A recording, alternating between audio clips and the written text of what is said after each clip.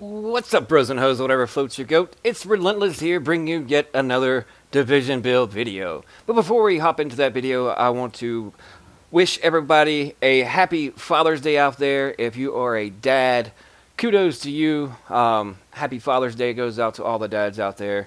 And also, be sure to check out the links in the description below. The Gleam giveaway for the PS4 Pro and the Xbox One X is still out there. It's still able to be entered in. That's to be the first place. The second place prize will be a game of choice. And the third place will be a limited edition Revolution Gaming t-shirt. Also, coming up on 4th of July weekend, either before or after, I will be doing a Splatter Squad live stream where I'll be giving away some Amazon gift cards, so stay tuned for future information on that. It's not too far away, roughly around 2 weeks. And also, don't forget to check out Revolution Gaming, awesome Facebook community. Their link is also in the description below. Hope you guys are having a fantastic weekend, but without further ado, let's hop right into this smelter build that I tend to run with Reggie Merc in the DZ, and when I'm not running a Firecrest or skill build, then this is the build I go to a choice. It's a little unorthodox, but it absolutely shreds and schmelts. So without further ado, here it is. As you can see, it's a mixed match of things. My toughness is a 307k, skill power 163k, and the chest piece I am choosing to run Vigorous 1998 base armor, which is overall a good chunk of base armor. Exotic damage resilience for those pesky Seeker Mines out there, and 16,462 in health, and the minor attributes 51% ammo capacity in the mod slots, 265 firearms, 3140 health, and also 243 firearms and 3249 firearms. And before I go any further, I've actually went through in the last couple days thousands of Division tech trying to roll firearms and stamina mods to get the right ones, and I actually got maybe 4 decent ones out of hundreds that I've rolled.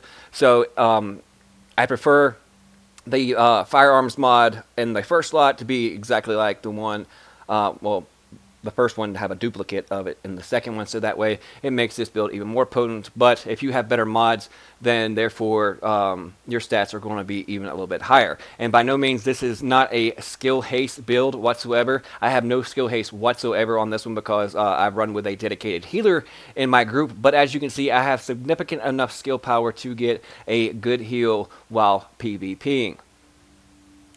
And moving on to the mask, as you can see, 1254 in electronics, 9785 skill power, and 16% blind death resistance.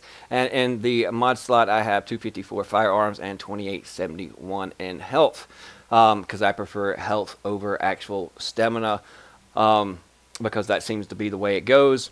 Unless you actually need the actual stamina numbers to unlock certain talents on weapons, then, in my opinion, health always over stamina. Now, if you want to go even more DPS damage and less skill power, and you want to constantly rely on a healer in your group, then by all means, I also have this build pushed up to 9,000 in firearms and completely shredding, but its survivability as far as when it comes to heals and only running in a duo or solo, it doesn't have that much survivability unless, you know, it's just like a 1v1 or 1v2, and then you can very easily down someone. But if you're facing a group of 4-on-1 and you have no survivability or no heal as far as when it comes to way of skill power, then therefore you're not going to survive that much. So that's why I opted in to adding skill power instead of skill haste. Skill haste just allows you to get your heals back faster, but if those heals are absolutely mediocre and crap, it doesn't matter how fast you get them back.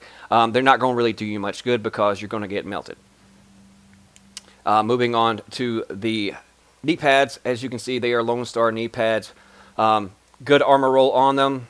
Major attributes, skill power. You can opt in for the extra 8% crit hit damage if you so choose, so that way you're dealing out even more damage. But in this situation, just like I just explained, that's why I opted into skill power instead. And I have burn resistance and disrupt resistance and damage to elites. I like the burn resistance there, but I prefer shock resistance instead of damage to elites, and also instead of disrupt resistance, bleed resistance. But in doing incursions or light zones, then the damage to elites comes in handy, especially if you're just farming for gear. And in the mod slots, 253 firearms, 2938 skill power, and 5.5% first aid self heal. Now, instead of the skill power here, if I actually had a decent one that had a little more health on it, I mean, it's a catch-22. You can, add a little more health and a little less skill power, but if you're going more on the damage build, I would suggest at least bare minimum of 150k skill power, so that way you get at least a decent heal out of it. Moving on to the backpack, it's a specialized backpack. Good armor roll and an awesome firearms roll at 1269 in firearms, 13,257 in health, and bleed resistance. You can opt in for ammo capacity, but as long as you have ammo capacity either on your chest piece or backpack, you'll be alright. If you have on neither, then you're only going to have around 900 rounds in each weapon type that you actually have equipped. So as long as you have one, you should be fine, unless you are like the Splatter Squad, dope situations, and you're just going manhunt, and make sure you just have, different weapon types in your bag with attachments already on them so that you can easily switch, and we'll get to that in a minute. And as you can see in my mod slots, 262 stamina and 2861 health, and 2 first aid self heals. Moving on to the gloves, Skull MC gloves, 988, decent armor roll. It only goes to 1001, so I'm only 13 off. I only have a low roll on firearms, but so far these are the best MC gloves I've actually gotten. And it has SMG damage, crit hit chance, and crit hit damage. And as you can see in the description, we're in the deep.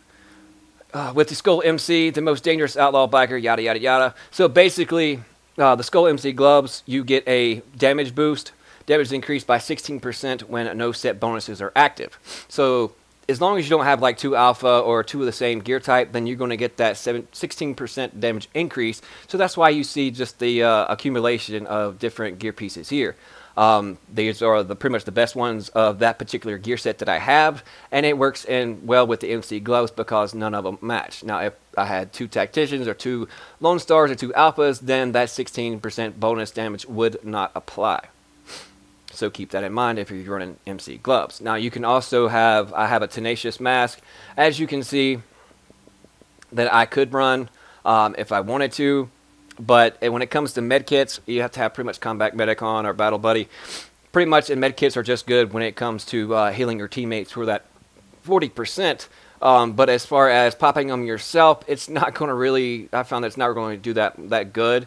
But if you chose to run something along that lines, then by all means do so. And then for 10 seconds you get an additional 10% increase in damage. So if you chose to do that, you could actually do even more damage than what this build is currently doing now. Also, you can run the short bow knee pads if you have a good pair on that. But basically any type pair that works with your strategy and has the attributes and the minor attributes and the stats that you want, you can use whatever and mix and match and still use the Skull MC gloves as long as you don't have 2 of the same gear set pieces to where you don't receive any bonuses from them. Moving on to the holster.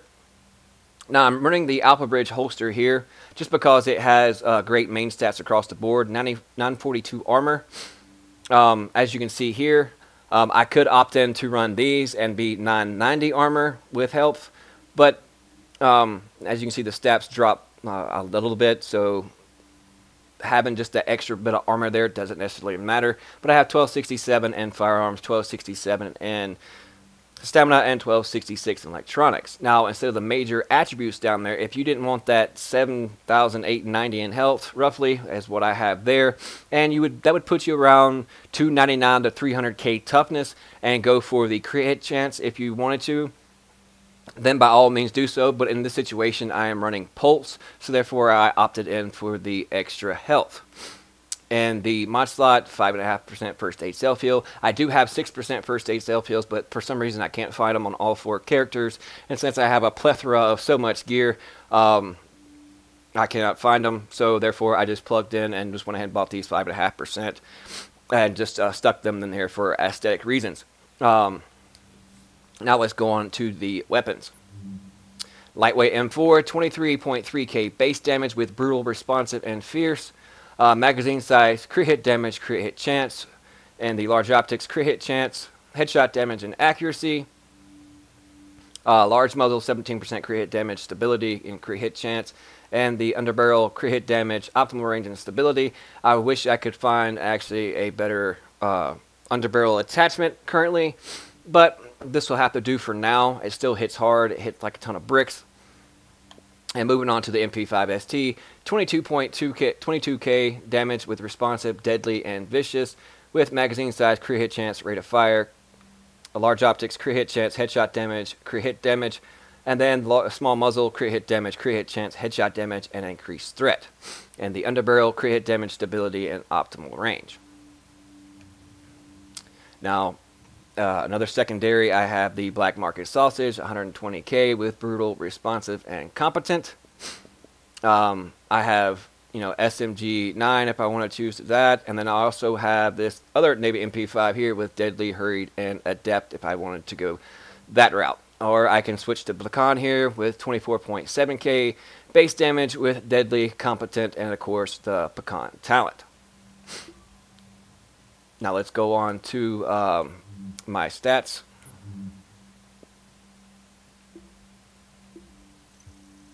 As you can see, 46.5% crit hit chance, 93% crit hit damage. I could easily swap out my optics and get up to, I believe it was 113% crit hit damage, but then it would drop me to around 43% crit hit chance, and then I get around 14% crit chance with my pulse, but I don't necessarily want to constantly always rely on a pulse, so anything around 46.5 to 50%, you should be good. And plus, also, the person I run with, more or less in a DZ, runs Pulse as well. So if he's running Pulse, then I'll switch to such as Immunizer, or those that I constantly get grief for in my comments for another build that I made, because I had a shock turret equipped. I know how pesky they can be, but it's in the game for the reason. And just because someone chooses to use it, there's no point in crying about it. Just adapt to it and change your playstyle. But there's no need to actually go into people's comments on their videos or on social media or in communities and being toxic just for someone using a mechanic or a skill actually in the game, just because basically they're not playing the playstyle that you want them to, and they basically are, ripping you a new one or melting you or schmelting you, as I would say, or Reggie Merck would say, and you just want to cry about it on social media. Not cool at all. But anyways, as you can see, 14% damage to elites, which is, doesn't really matter unless you're doing incursions or light zone activity. No health on a kill. Absolutely, like I said, no skill haste whatsoever. 163.6k skill power, survivability, almost 33% enemy armor mitigation, and then my max health is 206k. Alright, as promised, I'll move on and let you see my Predator's Mark build, as you can see the stats, and then I'll just cycle through each one, and you can look at the major attributes and the attachments I have on my weapons and whatnot. I hope you enjoyed the video. Don't forget to click on the links in the description below, and stay tuned for some gameplay thereafter, demonstrating this the primary build, the first one in the video. And check out Revolution Gaming on their Facebook page. That link is in the description below. Also, we got a giveaway going on with PS4 Pro, Xbox One X. That Gleam link, click on that, follow the steps, and you'll be entered into that giveaway as well. That will be the first place. Second place is a game of choice. Third place is a limited edition Revolution Gaming t-shirt. So without further ado, we'll hop right into some gameplay. Hope you enjoy, and we'll see you guys later.